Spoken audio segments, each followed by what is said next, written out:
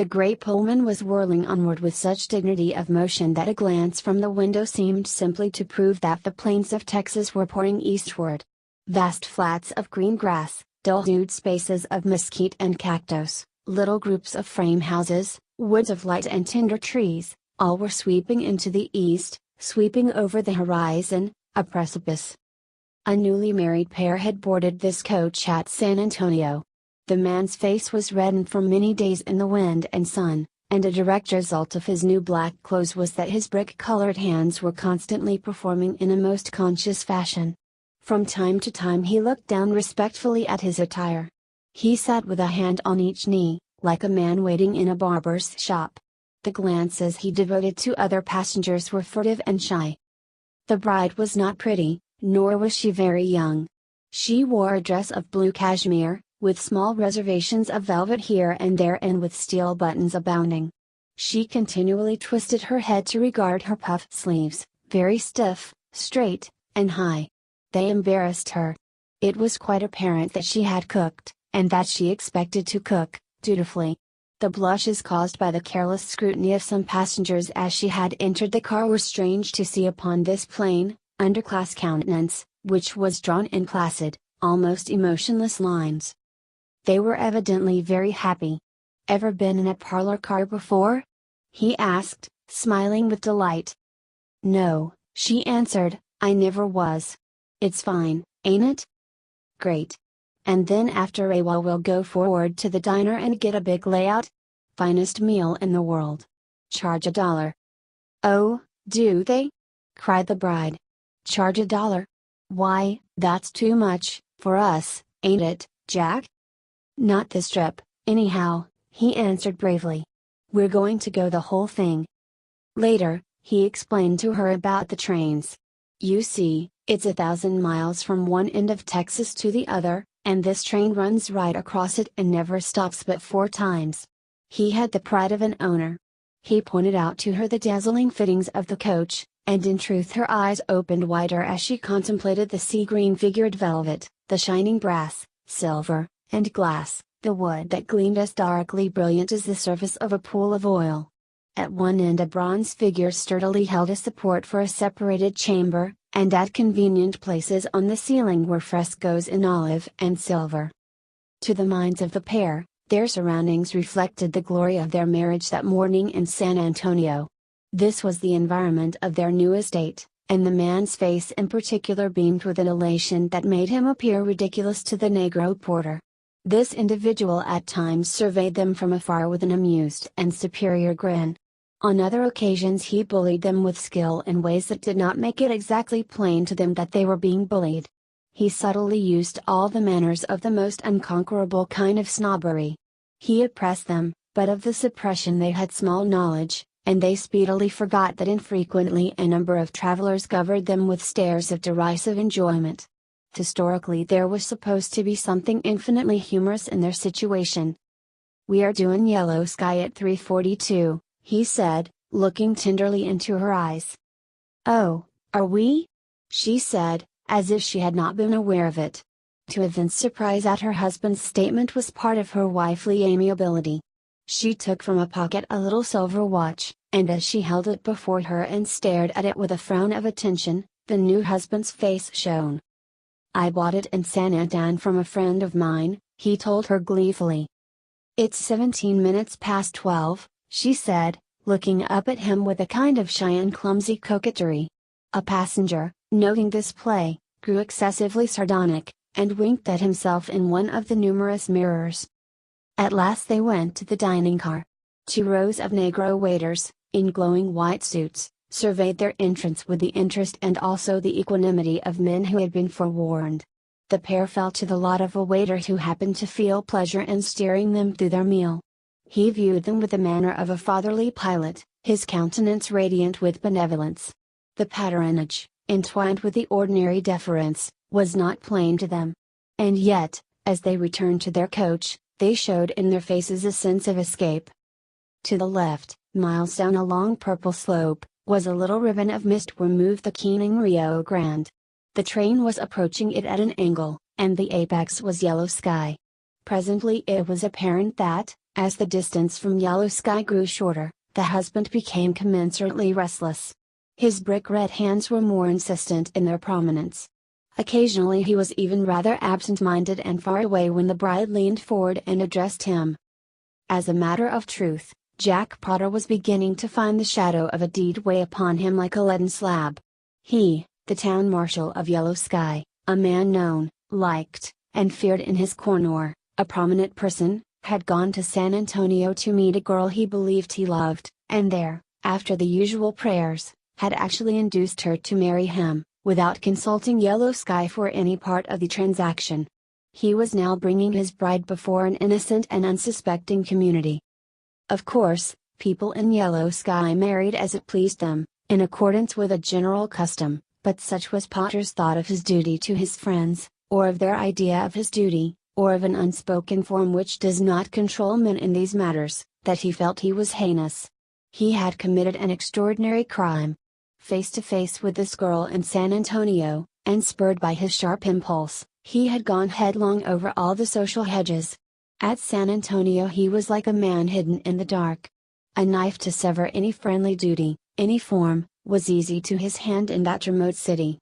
But the hour of Yellow Sky, the hour of daylight, was approaching. He knew full well that his marriage was an important thing to his town. It could only be exceeded by the burning of the new hotel. His friends could not forgive him. Frequently he had reflected on the advisability of telling them by telegraph, but a new cowardice had been upon him. He feared to do it. And now the train was hurrying him toward a scene of amazement, glee, and reproach. He glanced out of the window at the line of haze swinging slowly in towards the train. Yellow Sky had a kind of brass band, which played painfully, to the delight of the populace. He laughed without heart as he thought of it. If the citizens could dream of his prospective arrival with his bride, they would parade the band at the station and escort them, amid cheers and laughing congratulations, to his adobe home. He resolved that he would use all the devices of speed and plainscraft in making the journey from the station to his house. Once within that safe citadel he could issue some sort of a vocal bulletin, and then not go among the citizens until they had time to wear off a little of their enthusiasm. The bride looked anxiously at him. "What's worrying you, Jack?" He laughed again. "I'm not worrying, girl. I'm only thinking of Yellow Sky." She flushed in comprehension. A sense of mutual guilt invaded their minds and developed a finer tenderness. They looked at each other with eyes softly aglow. But Potter often laughed the same nervous laugh. The flush upon the bride's face seemed quite permanent. The traitor to the feelings of Yellow Sky narrowly watched the speeding landscape. "We're nearly there," he said. Presently the porter came and announced the proximity of Potter's home. He held a brush in his hand and, with all his airy superiority gone, he brushed Potter's new clothes as the latter slowly turned this way and that way. Potter fumbled out a coin and gave it to the porter, as he had seen others do. It was a heavy and muscle-bound business, as that of a man shoeing his first horse.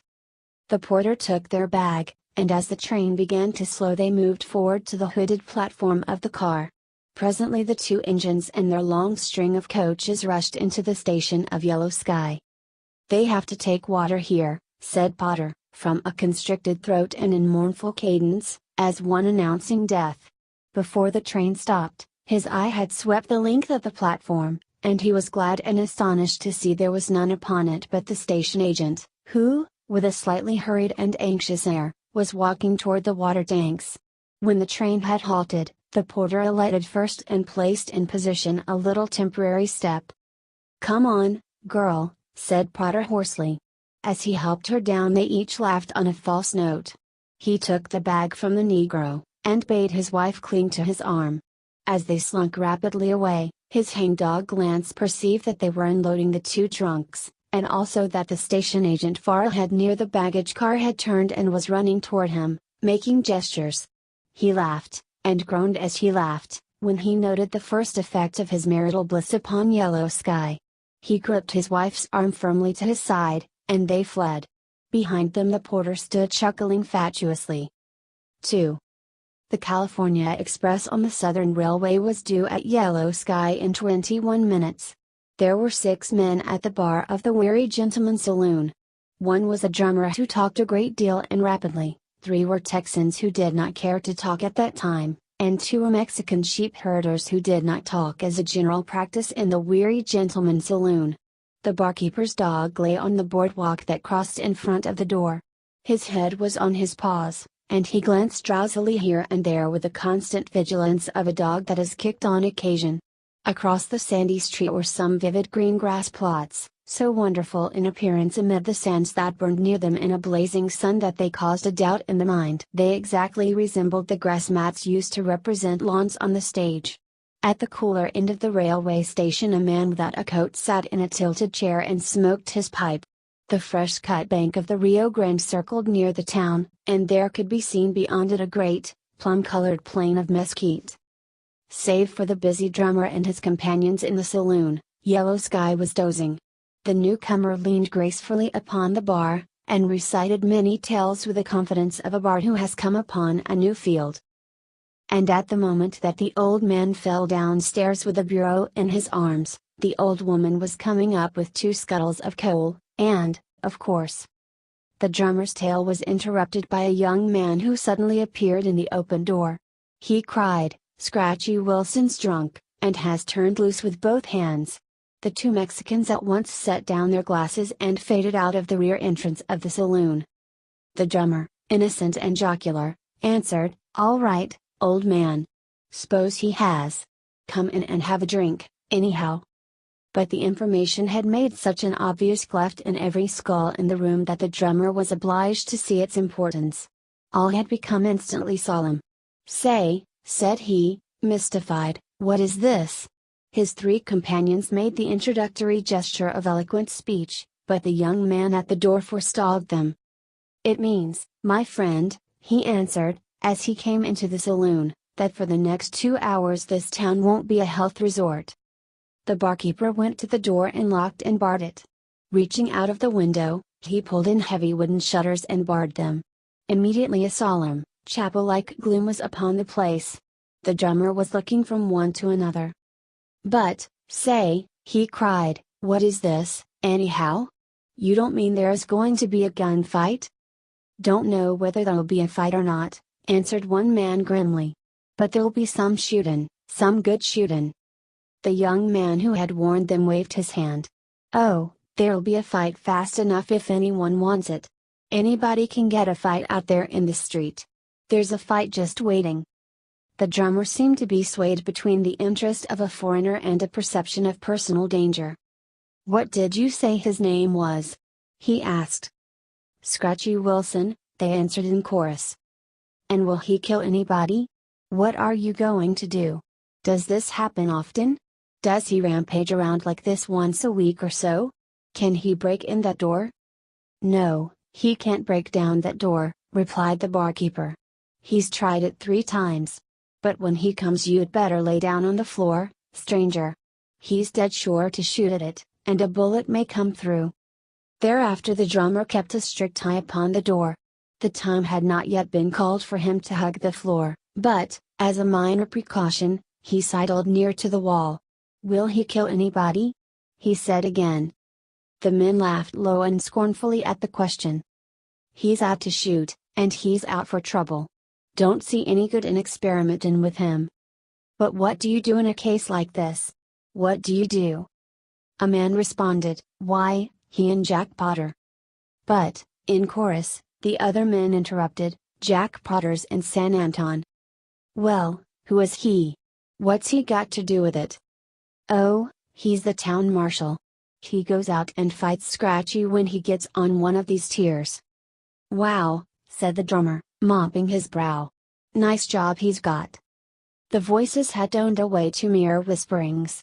The drummer wished to ask further questions which were born of an increasing anxiety and bewilderment, but when he attempted them, the men merely looked at him in irritation and motioned him to remain silent. A tense waiting hush was upon them. In the deep shadows of the room their eyes shone as they listened for sounds from the street. One man made 3 gestures at the barkeeper, and the latter, moving like a ghost, handed him a glass and a bottle. The man poured a full glass of whiskey, and set down the bottle noiselessly. He gulped the whiskey in a swallow, and turned again toward the door in immovable silence. The drummer saw that the barkeeper, without a sound, had taken a Winchester from beneath the bar. Later he saw this individual beckoning to him, so he tiptoed across the room. "You better come with me back of the bar." "No, thanks," said the drummer, perspiring. "I'd rather be where I can make a break for the back door." Whereupon the man of bottles made a kindly but peremptory gesture. The drummer obeyed it, and finding himself seated on a box with his head below the level of the bar, balm was laid upon his soul outside of various zinc and copper fittings that bore a resemblance to armor plate. The barkeeper took a seat comfortably upon an adjacent box. "You see," he whispered, "this here Scratchy Wilson is a wonder with a gun, a perfect wonder, and when he goes on the war trail, we hunt our holes, naturally. He's about the last one of the old gang that used to hang out along the river here. He's a terror when he's drunk. When he's sober he's alright, kind of simple, wouldn't hurt a fly, nicest fellow in town. But when he's drunk, whoo!" There were periods of stillness. "I wish Jack Potter was back from San Anton," said the barkeeper. "He shot Wilson up once, in the leg, and he would sell and pull out the kinks in this thing." Presently they heard from a distance the sound of a shot, followed by 3 wild yowls. It instantly removed a bomb from the men in the darkened saloon. There was a shuffling of feet. They looked at each other. "Here he comes," they said. 3.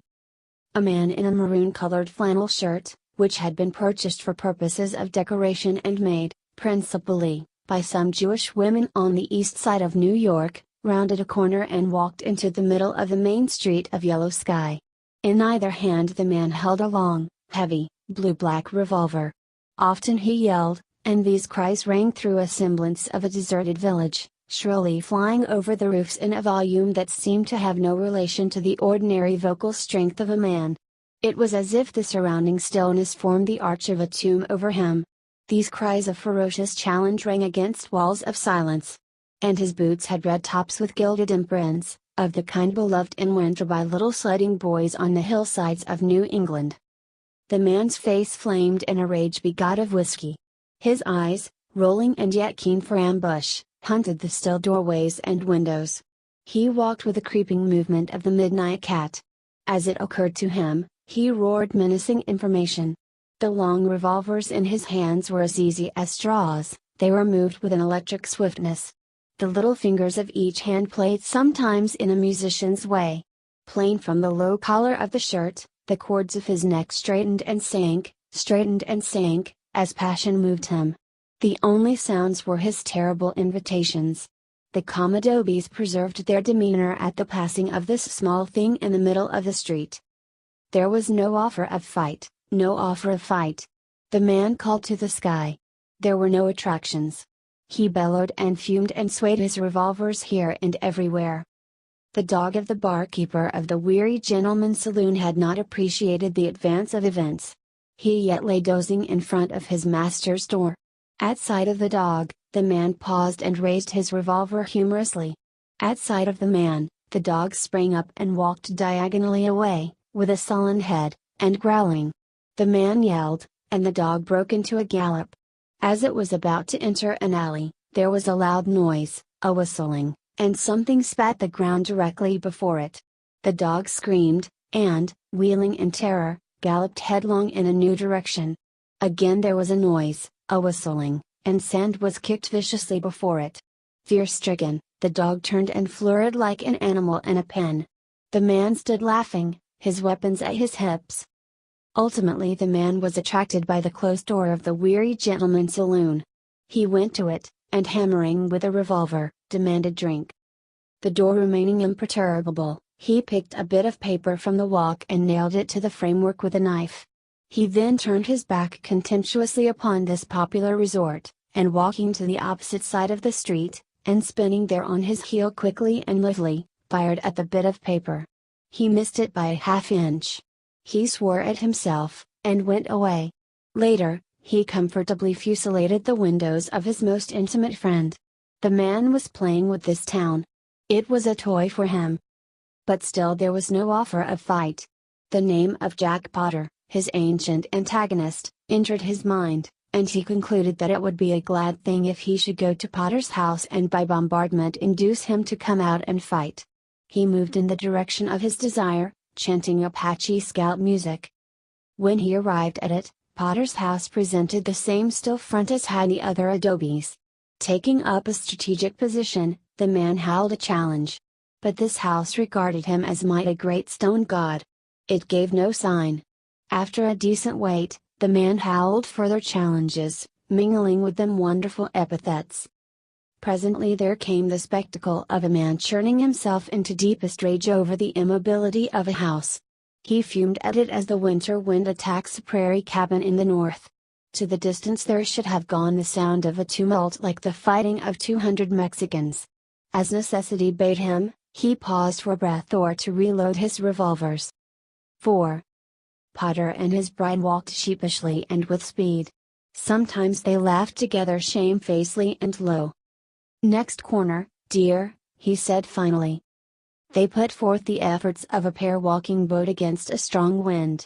Potter was about to raise a finger to point the first appearance of the new home when, as they circled the corner, they came face to face with a man in a maroon-colored shirt who was feverishly pushing cartridges into a large revolver. Upon the instant the man dropped his revolver to the ground, and, like lightning, whipped another from its holster. The second weapon was aimed at the bridegroom's chest. There was silence.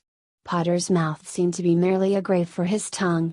He exhibited an instinct to at once loosen his arm from the woman's grip, and he dropped the bag to the sand.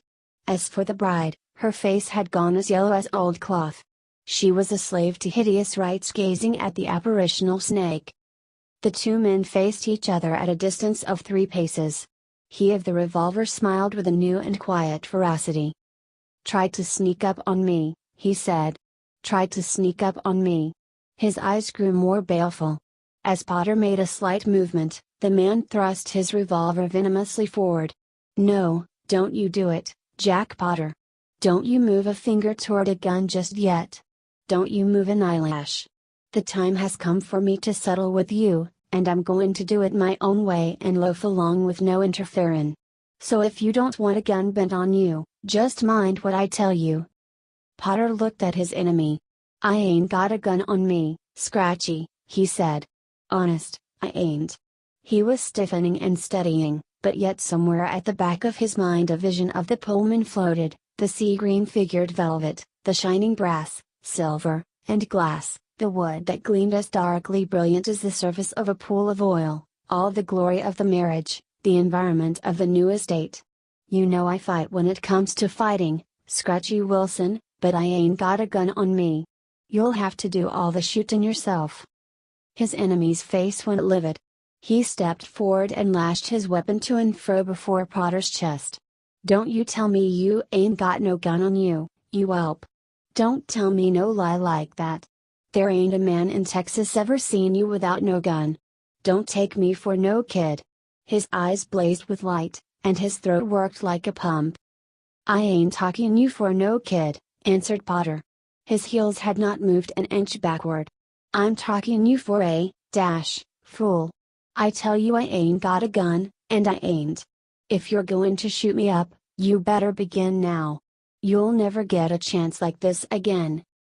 So much enforced reasoning had told on Wilson's rage. He was calmer. "If you ain't got a gun, why ain't you got a gun?" he sneered. "Been to Sunday school?" "I ain't got a gun because I've just come from San Antonio with my wife. I'm married," said Potter. "And if I'd thought there was going to be any galoots like you prowling around when I brought my wife home, I'd had a gun, and don't you forget it." "Married?" said Scratchy, not at all comprehending. "Yes, married. I'm married," said Potter distinctly. "Married?" said Scratchy. Seemingly for the first time he saw the drooping, drowning woman at the other man's side. "No," he said. He was like a creature allowed a glimpse of another world. He moved a pace backward, and his arm with the revolver dropped to his side. "Is this the lady?" he asked. "Yes, this is the lady," answered Potter. There was another period of silence. "Well," said Wilson at last, slowly, I suppose it's all off now. It's all off if you say so, Scratchy. You know I didn't make the trouble. Potter lifted his valise. Well, I low it's off, Jack, said Wilson. He was looking at the ground. Married. He was not a student of chivalry, it was merely that in the presence of this foreign condition he was a simple child of the earlier plains. He picked up his starboard revolver, and placing both weapons in their holsters, he went away. His feet made funnel-shaped tracks in the heavy sand.